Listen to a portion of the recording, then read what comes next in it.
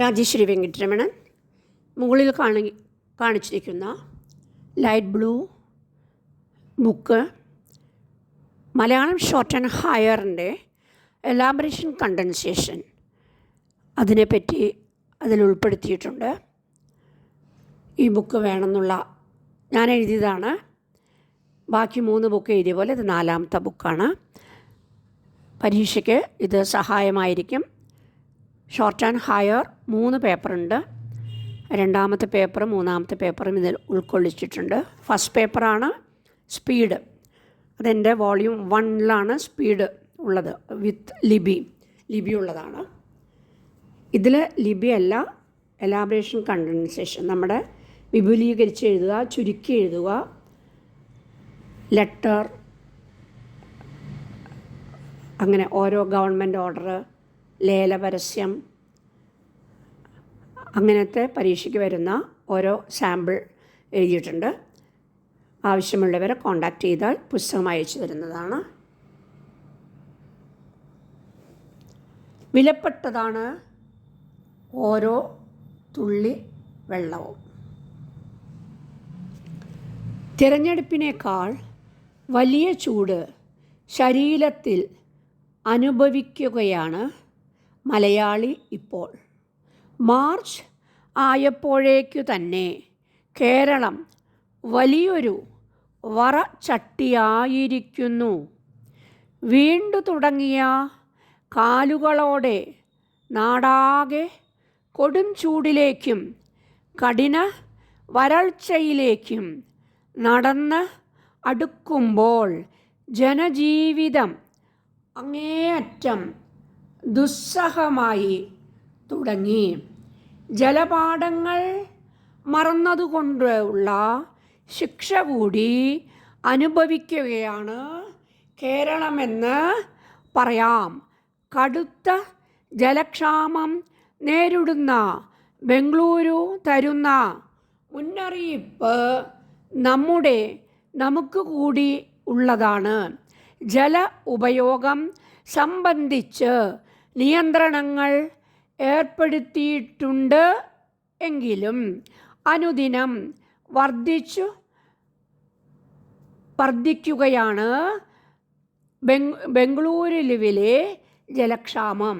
40 വർഷത്തിനിടെ കർണാടക ഇത്തരം ഒരു വരൾച്ചയെ നേരിട്ടിട്ടില്ലെന്നും അടുത്ത 4 മാസം ഏറെ നിർണായകമാണെന്നും അധികൃതർ പറയുന്നു. ജലസാക്ഷരത ജീവിത ദൗത്യവും മുദ്രാവാക്യവുമായി ഏറ്റെടുക്കാൻ നാടാകെ കൈകോർക്കേണ്ടത് ഉണ്ടെന്ന് ഈ വരൾച്ചകാലം പതിവ് പോലെ കേരളത്തെ ഓർമ്മിപ്പിക്കുന്നു.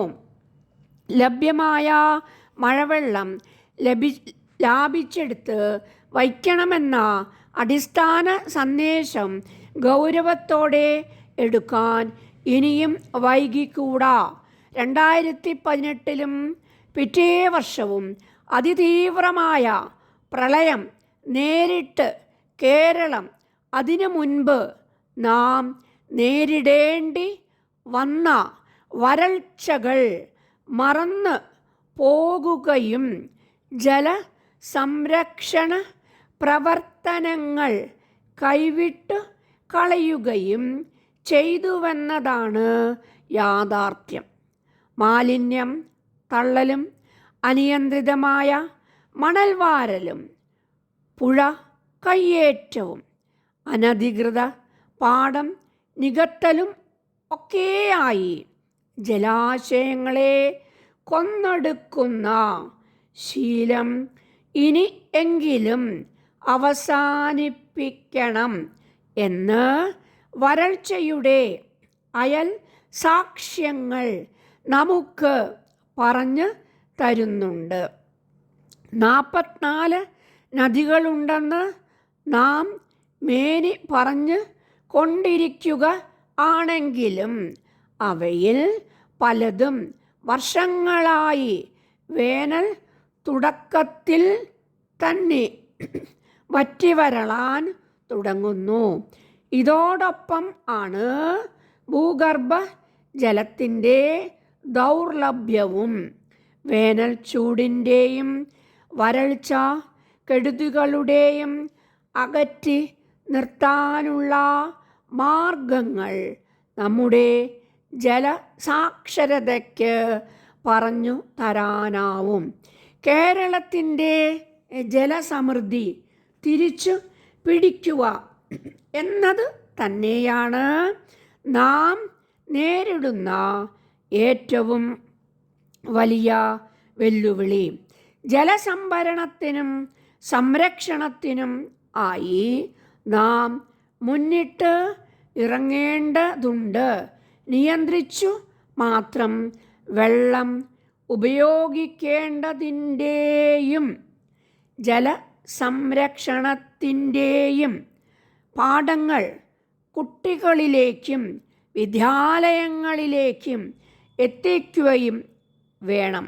ജലത്തിൻ്റെ മിതമായ ഉപയോഗം, ജലസ്രോതസ്സുകളുടെ സംരക്ഷണം, മഴവെള്ള സംഭരണം, പരിസ്ഥിതി സംരക്ഷണം എന്നീ ആശയങ്ങൾ പ്രചരിക്കാനും കർമ്മപദത്തിൽ എത്തിക്കാനും 2004 കൊടും വേനലിൽ മലയാള മനോരമ ആരംഭിച്ച പലതുള്ളി എന്ന ഉദ്യമം ജലദിശയിലുള്ള ജനകീയ മുന്നേറ്റം ആയിരുന്നു. ജലസംരക്ഷണത്തിലൂടെയും മഴവെള്ള സംഭരണത്തിലൂടെയും ഇതിനകം ജലലഭ്യത ഉറപ്പ് വരുത്തിയ പല പഞ്ചായത്തുകളിലും സ്ഥാപനങ്ങളും കേരളത്തിൽ ഉണ്ട്. വ്യക്തികളും കുടുംബങ്ങളും വിദ്യാലയങ്ങളും വീട്ടു കൂട്ടായ്മകളും ജലസംരക്ഷണം എന്ന ആശയം ഏറ്റെടുത്ത് നടപ്പാക്കുന്നത് ശുഭപ്രതീക്ഷയിലേക്ക് ചാല് കീറുകയും ചെയ്യുന്നു. ജനകീയ മുന്നേറ്റങ്ങളുടെ പല വിജയകഥകളും ഇന്ന് സംസ്ഥാനത്തിന് പറയാനുണ്ട്. ഈ ജലവിജയങ്ങൾ കേരളം ആകെ നിറയണമെന്ന ലക്ഷ്യത്തോടെ ആണ് നാം മുന്നോട്ട് നീങ്ങേണ്ടത്. കാലാവസ്ഥാ വ്യതിയാനങ്ങളെ ചെറുക്കാൻ നമുക്ക് ആവില്ല എങ്കിലും വറചട്ടിക്ക് സമാനമായ തീച്ചൂടിൻ്റെ ആഘാതം കുറയ്ക്കാനെങ്കിലും സർക്കാരും സമൂഹവും ഒത്തുചേർന്ന് വിചാരിച്ചാൽ കഴിയുമെന്ന് തീർച്ച. അടുത്ത കാലവർഷത്തെ സ്വാഗതം ചെയ്യുമ്പോൾ എങ്കിലും ജലസംഭരണത്തിനും ഭൂജല പരിപോഷണത്തിനും പൂർണ്ണ മനസ്സോടെ നാം തയ്യാറാകേണ്ടതുണ്ട്. കുളങ്ങൾ ജലസംഭരണത്തിന് ഉപയുക്തമാക്കുന്നതും കിണറ്റിലേക്ക് മഴവെള്ളം ഇറക്കി റീചാർജ് ചെയ്യുന്നതും എല്ലാം വ്യാപകം ആക്കേണ്ടതുണ്ട്. എല്ലാ കെട്ടിടങ്ങളിലും പുരപ്പുറ ജലസംഭരണം നടക്കേണ്ടതുണ്ടെന്നും അതേക്കുറിച്ചുള്ള നാടുണർത്തൽ നിരന്തരം ഉണ്ടാകണമെന്നും വിദഗ്ധർ ചൂണ്ടിക്കാണിക്കുന്നു. പൊതു സമൂഹത്തിൻ്റെ ജലപരിസ്ഥിതി അവബോധത്തിനപ്പുറം തദ്ദേശ സ്ഥാപനങ്ങളുടെ മുഖ്യ അജണ്ടയിലേക്ക് ജലസ്രോതസ്സുകളുടെ ശുദ്ധി ഉറപ്പാക്കലും സംരക്ഷണവും പുനരുജ്ജീവനവും കടന്നു വരികയും വേണം.